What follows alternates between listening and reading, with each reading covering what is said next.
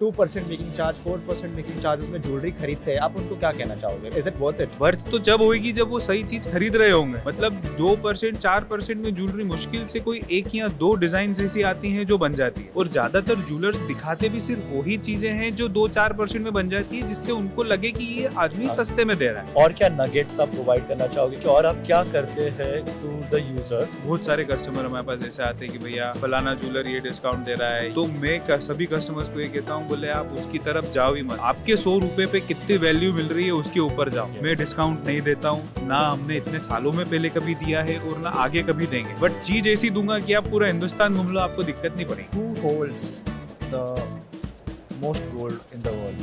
US government holds the most of the gold, and I think India comes at 3rd or 4th place. Gold jewellery खरीदनी है 50,000 में, 1.5 लाख में और 2.5 लाख में, तो क्या क्या ऑप्शंस, 2-3 ऑप्शंस आप बताइए तीनों।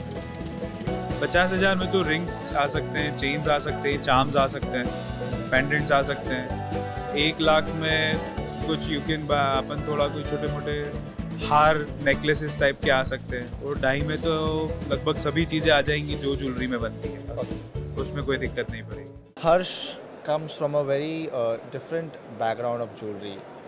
Whatever jewelers we cater to are more focused towards luxury, more focused towards flashy jewelry. आपका फोकस ज्वेलरी की तरफ आपके कंज्यूमर के लिए कैसा डिफरेंट है comparing it to other jewellers? देखिए, बाकी सब ज्वेलरी जो होती है, जो सब प्रेशियस टाइप की होती है, तो उनका एक अलग क्लाइंटेल होता है। ओके बट सोना जो है वो अपने कल्चर से रिलेटेड है। ओके तो हिंदुस्तान में आदमी सोना तभी खरीदता है जब उसको लगना चाहिए कि मेरे पैसे बढ़ रहे हैं या मेरी वेल्थ बढ़ रही है, वेल्थ क्रिएशन होता है। इसलिए इंडियन कल्चर में ऐसा है कि ज्वेलरी खरीदनी है। तो वेल्थ क्रिएशन सिर्फ लग्जरी का ही नहीं होना चाहिए, वेल्थ क्रिएशन सभी का होना चाहिए। तो जो ज्वेलरी हम मास में बना रहे हैं, जो ज्वेलरी हम मास में कैटर करते हैं, उन सभी कस्टमर्स का सबका पूरा फ़ायदा होना चाहिए। उस हिसाब से हम ज्वेलरी का ध्यान रखते हैं, जिसमें ना कोई एक्स्ट्रा खर्चा हो, ना कोई एक्स्ट्रा किसी तरीके के कोई अलग से स्टोन्स के पैसे हों, और बस आप खरीदिए। आपको मुश्किल से 2-4-5% का खर्चा आएगा, और आप बस उस ज्वेलरी को पहनिए और उससे आपकी वेल्थ क्रिएट होगी। और दुनिया में ऐसी कोई दूसरी चीज़ नहीं है जो आप यूज़ भी कर सकते हो और आपकी वेल्थ क्रिएट होती हो ज्वेलरी के अलावा।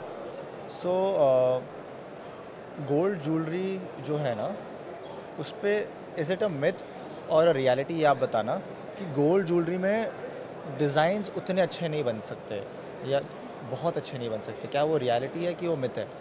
ये तो प्योर मिथ है। गोल्ड ज्वेलरी तो गोल्ड ऐसा, gold is the softest of the material, मतलब gold is the softest of the metal.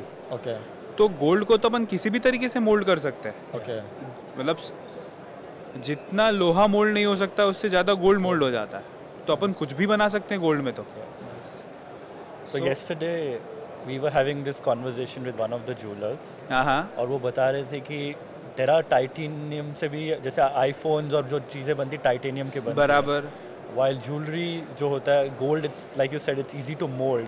That's why the designs are much more intricate and it adds more value to the eyes when you see that. Jewellery gold तो बहुत ही comfortable है, gold mould भी बहुत fast होता है, अपन जिसको जिधर ले जाना चाहे उधर ले जा सकते हैं। उसके अलावा गोल्ड का जो टेम्परेचर है, जिस टेम्परेचर वो पिघलता है, वो भी बहुत नॉर्मल टेम्परेचर है, जो हर कोई कहीं पर भी अचीव कर सकता है। कोई उसके लिए एक्स्ट्रा मशीनरी या एक्स्ट्रा चीज़ों की ज़रूरत नहीं पड़ती है, जैसे लोहा या कोई दूसरे कॉपर वगैरह, कोई जो दूसरे मेटल हो गए उनसे। थोड़ा सिंप्लीफाई करते हैं, एक ब्राइडल चेन, ब्राइडल ज्वेलरी में और एक ब्राइडल ज्वेलरी विद जेमस्टोन में एक एवरेज मेकिंग चार्जेस कितना होना चाहिए? सबके लिए आप एक देखिए, ये तो तीनों कैटेगरी ही अलग है। हाँ जी। मतलब अगर अपने को डेली वियर चेन पहननी है, हाँ जी, तो अपन उसको ब्राइडल या जेमस्टोन से रिलेट कर ही नहीं सकते, क्योंकि डेली वियर चेन ऐसी होती है जो अपने को रोज काम में आ सके, जो अपने को इचिंग ना करे या अपने को कहीं पर पकड़े नहीं। क्योंकि जेमस्टोन्स वगैरह में क्या डालते हैं अपन, उसमें फिर प्रॉन्ग्स लगते हैं, तो उसको अपन डेली यूज़ में नहीं पहन सकते, कहीं ना कहीं वो आपको हर्ट करेगी ही सही, या अपने बाल फंसेंगे या कुछ भी होगा ऐसा। मैं व्यूअर्स को क्या बताना चाहता हूँ, so sorry to stop you there. एक अगर मैं आपके स्टोर पे कोई आता है, ठीक है, वो अगर गोल्ड चेन खरीदेगा रेगुलर वेयर, ठीक है, उस पर एक एवरेज मेकिंग चार्ज कितना लगेगा? और गोल्ड चेन अगर कोई नॉर्मल खरीदता है तो उस पे एवरेज मेकिंग चार्ज 6% 7% होता है। ओके, और ब्राइडल ज्वेलरी सिर्फ गोल्ड की एंटीक ज्वेलरी जो कहते हैं उस पे कितना मेकिंग चार्ज होगा एवरेज? वो लगभग 11 से चालू हो जाता है। और अगर average heritage antique jewellery with gemstones हो तो उसमें कितना? वो 14 से स्टार्ट हो जाती है, क्योंकि उसमें दूसरी चीज़ें रहती भी हैं, उसमें काम भी एक्स्ट्रा रहता है। उसको बनाने में भी टाइम लगता है। हेरिटेज का एक हार अगर अपन 100 ग्राम का बनाते हैं तो लगभग 10 से 12 दिन का तो वो प्रोसेस ही डिफरेंट है। तो आप कंज्यूमर्स जो स्कीम्स जो 2% मेकिंग चार्ज 4% मेकिंग चार्जेस में ज्वेलरी खरीदते हैं, आप उनको क्या कहना चाहोगे? What is it worth it? नहीं, वर्थ इट वाली तो बात ही नहीं है, क्योंकि उनको पता होना चाहिए कि वो खरीद क्या रहे हैं। वर्थ तो जब होगी जब वो सही चीज़ खरीद रहे होंगे। उनको पता तो होना चाहिए कि वो खरीद क्या रहे हैं। मतलब 2% 4% में ज्वेलरी मुश्किल से कोई 1 या 2 डिज़ाइन ऐसी आती हैं जो बन जाती है, और ज़्यादातर ज्वेलर्स दिखाते भी सिर्फ वही चीज़ें हैं जो 2-4% में बन जाती है, जिससे उनको लगे कि ये आदमी सस्ते में दे रहा है। अच्छा। बाकी 2-4% की चीज़ें तो बहुत कम होती है। अदरवाइज ज़्यादातर तो 8%, 10%, 12% का ही एवरेज बैठता है। अच्छा, और एवरेज जब फॉर एग्जांपल कोई आपसे जनवरी में आके ख़रीदता है ज्वेलरी, गोल्ड ज्वेलरी, उसका मेकिंग चार्ज जो वो एक्स्ट्रा पे करता है प्रीमियम, वो कब तक फ्रॉम योर पास्ट ट्रेंड्स कब तक कवर अप हो जाता है? कितने महीनों के अंदर? नहीं, मैं नहीं समझा। मतलब जैसे मैंने 8% एक्स्ट्रा दिया, ठीक है, हाँ। और सोने का भाव का जो था वो दिया, हाँ। तो वो सोना बढ़ के तो सोना हमेशा इन्फ्लेशन को बीट करता है। अगर आपके पास पैसे पड़े हैं और अगर आपने उसको सिर्फ नोट फॉर्म में ही रखा है तो आपको इन्फ्लेशन आपके पैसे खा जाएगा। इसकी बजाय आप उसको सोने में कन्वर्ट करके रखो, और सोना का अगर आप आज से 15 साल 20 साल 25 साल 30 साल का कभी का भी एवरेज देखोगे तो हमेशा इन्फ्लेशन से 2% ऊपर ही रहा है। तो अपना इन्फ्लेशन से कंपैरिजन सोने का अगर अपन करते तो सोना is always the best bet, जिसमें आपके पैसे कभी ज़ीरो मतलब टूटेंगे नहीं।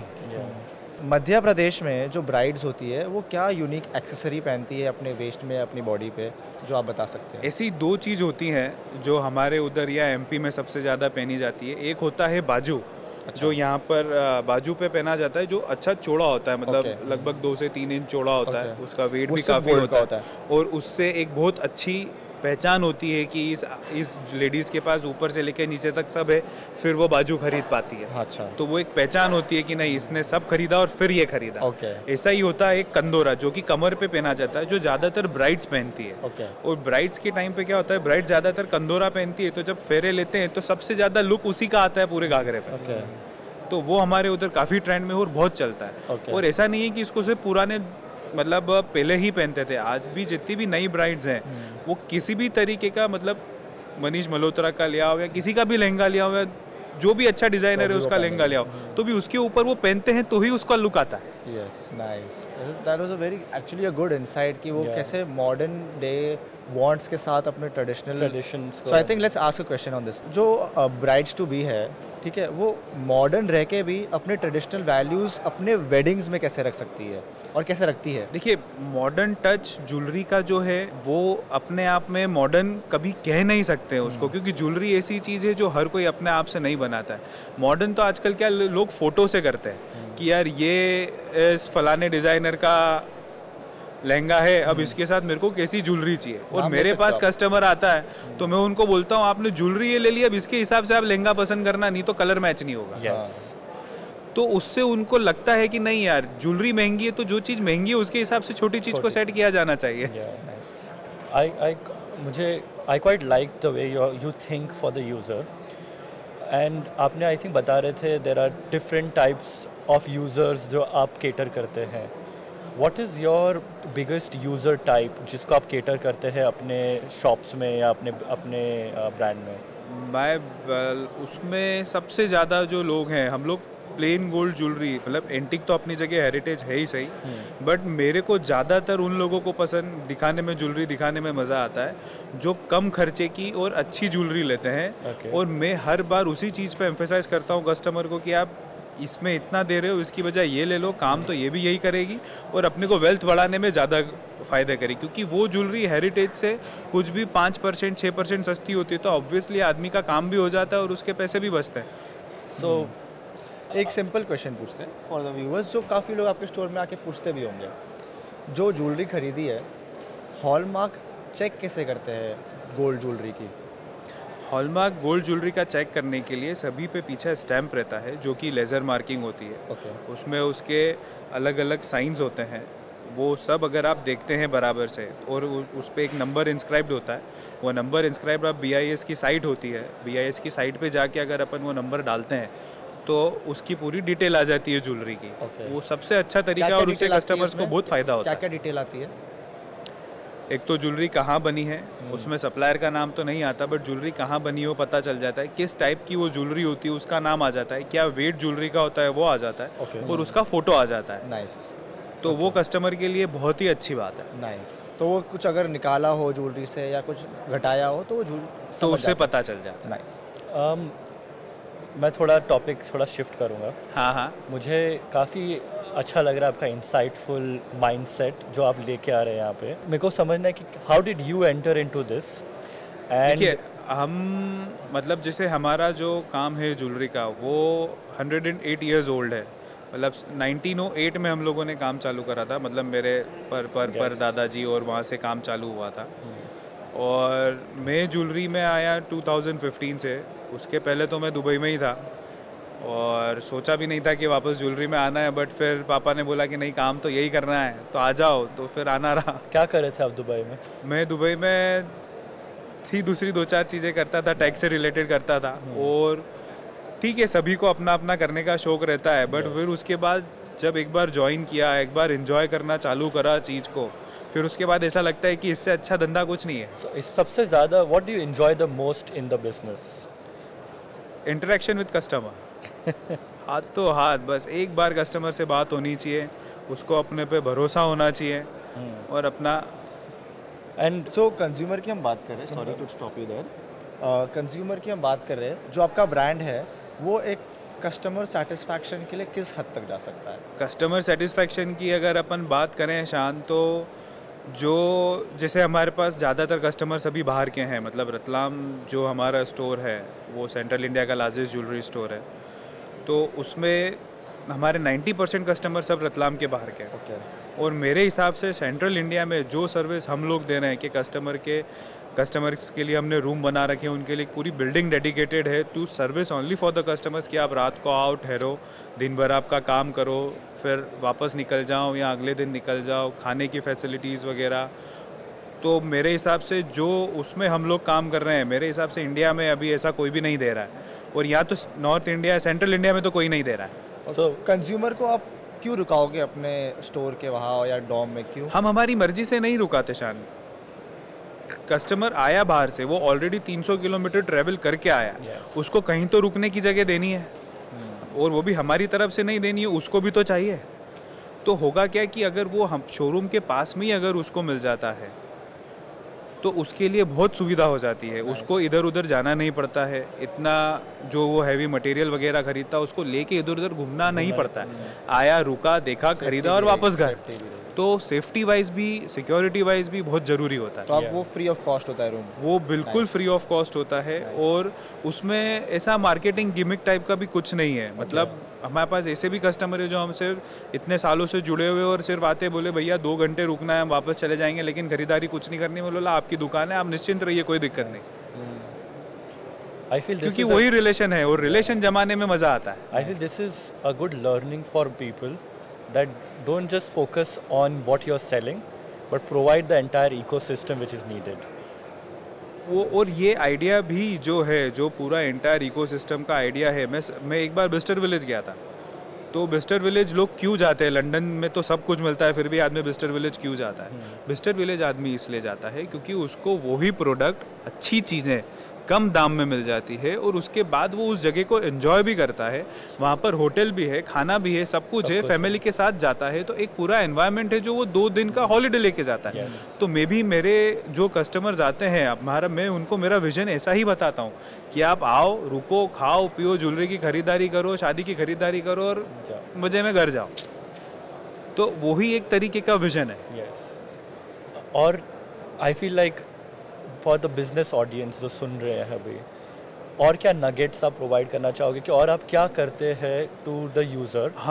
मैं सिर्फ कस्टमर को एक ही बात बोलता हूँ ज़्यादातर। बहुत सारे कस्टमर हमारे पास ऐसे आते हैं कि भैया फलाना ज्वेलर ये डिस्काउंट दे रहा है, ये डिस्काउंट मिल रहा है इसमें, किसी ने डायमंड पे ऑफ कर रखा है, किसी ने उस पर ऑफ कर रखा है, मेकिंग पे ऑफ कर रखा है। तो मैं सभी कस्टमर्स को ये कहता हूँ, बोले आप उसकी तरफ जाओ ही मत, आप तो आपको आपके 100 रुपये पे कितनी वैल्यू मिल रही है उसके ऊपर जाओ।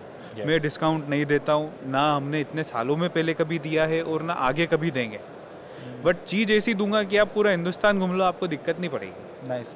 सो एक सिंपलीफाई एक और चीज़ करते हैं, आप 22 कैरेट गोल्ड बेचते हैं, right?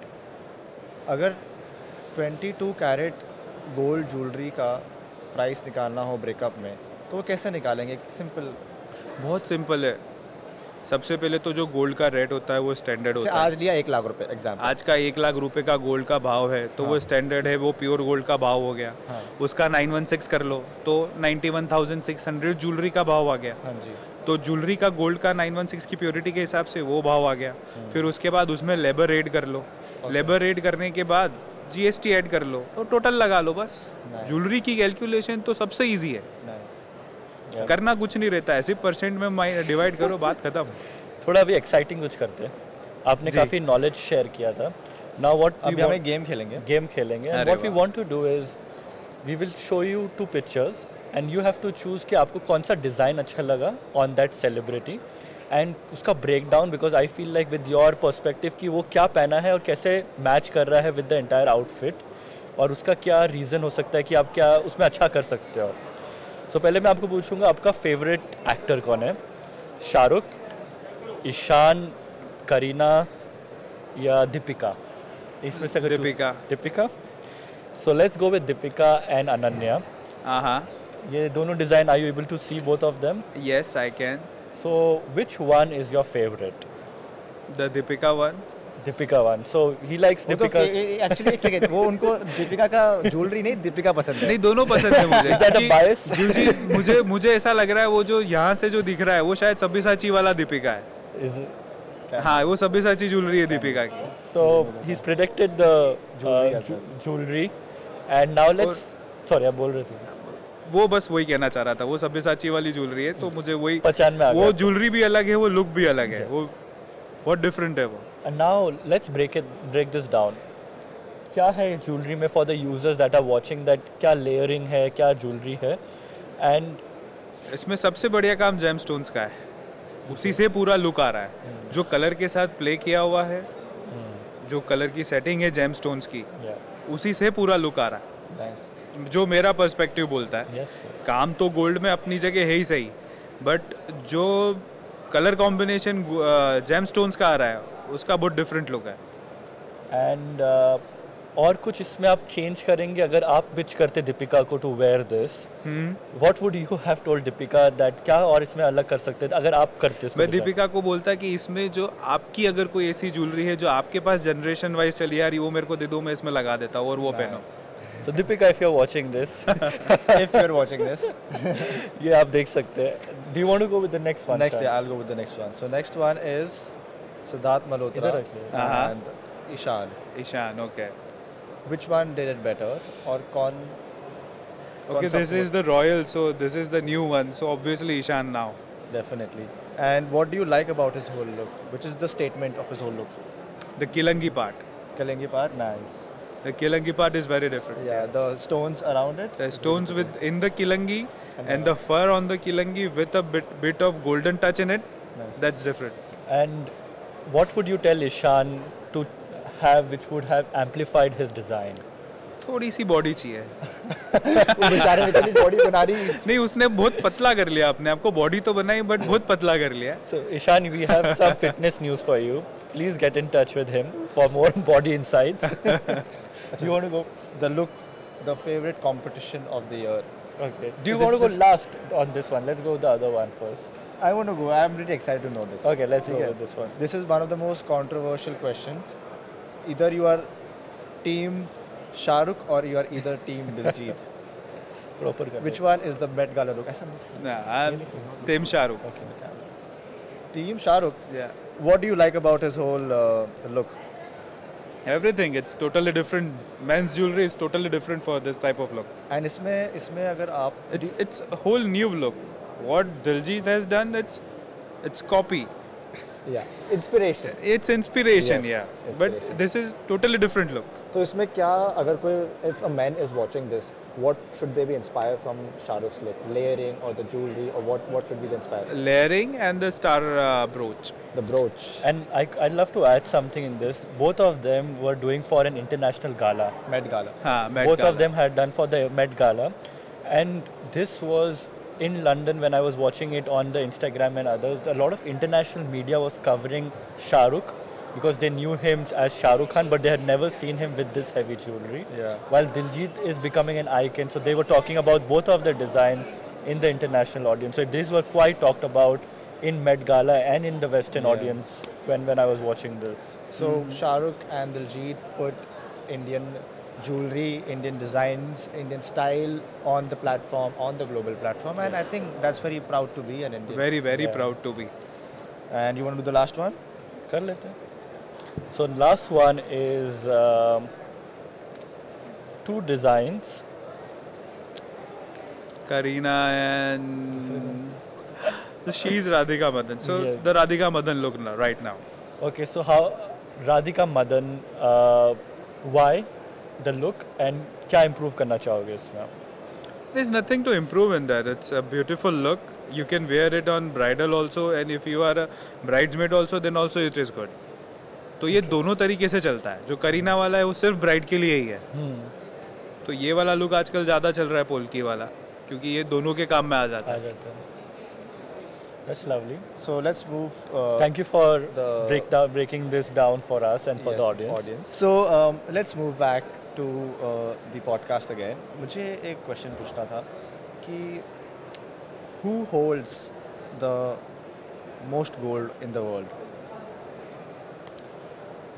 If you are talking about government, then it's US. No, it can be any retailers as well. So US government holds the most of the gold, okay, and I think India comes at third or fourth place. Okay. In top 10, there are two Indian companies who hold most of the gold. okay, That is Manappuram, and one more is the same company which gives loan on gold. oh, Yes. So Manappuram also gives loan on gold. But सिर्फ India में होते हुए उन लोगों के पास इतना gold है कि वो वर्ल्ड की टॉप 10 में है. so इसका मतलब है कि जो वो दूसरी बहुत सारी कंट्रीज को बीट कर रही है. so इसका मतलब है कि जो इंडियन हाउस होल्ड्स है वो अपना जो उन्होंने अपना गोल्ड रखा हुआ है लोन के लिए, बिल्कुल. that is the most number of gold that Indian government has or India has. India has. And this company is from अगर- South, I think. Yeah. या दिस कंपनी फ्रॉम साउथ. तो अगर यूं देखा जाए कि पूरी दुनिया में सबसे ज़्यादा सोना कहाँ है, तो वो तो इंडिया में ही है. Yes. Nice. Um, I'm done with my. मेरे को एक था कि आपने ना you had talked about economical buying, which means that for the user you want them to buy value for money. Yes. I want to understand more about how should a user come to a store and think about economical buying or a value for money buying? What should be their questions and what should they ask a jeweler when they're going to buy? बहुत simple चीज़ है. सिर्फ एक ही चीज़ का ध्यान रखना रहता है अगर इकोनॉमिकल बाइंग करनी है तो. अपना बजट कुछ भी हो, उसको बजट को रहने दो. बजट तो अपनी जगह है ही सही. अपने को वो ज्वेलरी देखना चाहिए जो ज़्यादातर प्लेन गोल्ड ज्वेलरी हो, जिसमें extra rhodium, extra stone, extra Meena वगैरह कुछ भी ना हो. Okay. तो उसमें क्या होता है कि at the time of buyback वो आपका कटेगा ही नहीं. Yes. क्योंकि आपने पे ही नहीं किया तो आपका कटा ही नहीं. तो जो गोल्ड की वैल्यू है वो आपको पूरी मिलती है. Nice. Okay, interesting.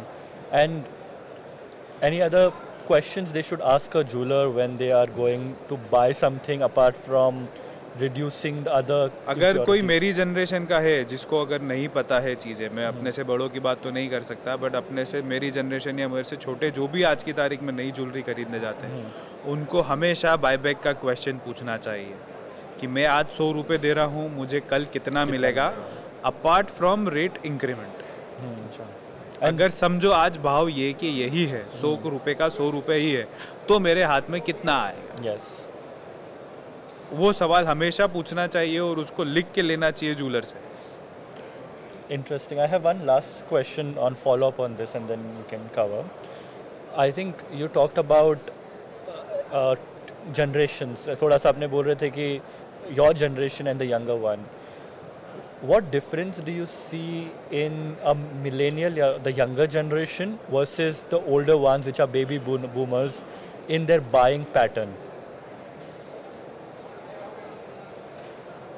पुरानी जनरेशन में लोग सोना खरीदते थे, हैवी खरीदते थे और अच्छी प्योरिटी का खरीदते थे, जिससे उनको भी पूरा फ़ायदा होता था और ज्वेलरी भी मजबूत होती थी, जो बार बार बदलनी नहीं पड़ती थी। बट इस जनरेशन में काफ़ी सारे जो अपने बराबर के लोग हैं या अपनी एज के जो लोग हैं, वो लो कैरेट ज्वेलरी पे जा रहे हैं, जो 18 कैरेट पे जा रहे हैं, 14 कैरेट पे जा रहे हैं। तो मेरे हिसाब से वो सबसे ज़्यादा गलत है। ज्वेलरी हमेशा अच्छे कैरेट की ही खरीदना चाहिए, उसी में आपका फ़ायदा है और उसी में आपकी वेल्थ है। इंटरेस्टिंग। सोना है आसमान पर, क्या लोग सोना ज्वेलरी नहीं खरीद रहे हैं सोने की? Is that happening? It's a myth. सोने का भाव कुछ भी होने दो, अगर सोना खरीदना है तो आदमी खरीदेगा ही सही। वो पहले लाख रुपए का खरीदता था तो अभी भी लाख रुपए का खरीदेगा। He will save money for that. वजन कम आएगा but he will save money for that and he will buy it. So one thing is very interesting is the legacy of your brand, Kataria Jewelers. If you can give a bit of gist about your brand, how old is the brand, and we already know about your values towards the consumers, but about the brand?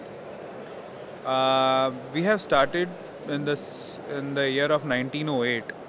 My great grandfather. और तब से लेके अभी तक सिर्फ jewellery में ही हम लोगों ने काम किया है।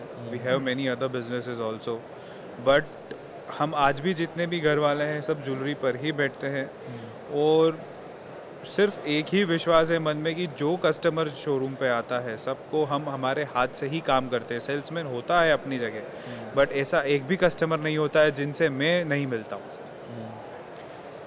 एंड वो रिलेशन जो आपने बनाया इतने साल से, वो कैरी ऑन होते जा रहा है। वो कैरी ऑन बिल्कुल करते हैं और वो सिर्फ प्योरिटी से ही मेंटेन होता है। गोल्ड की ज्वेलरी जो प्योरिटी हमने मेंटेन कर रखी है उसी से ही रिलेशन मेंटेन होता है, क्योंकि वो आया ही आदमी उसी के लिए है।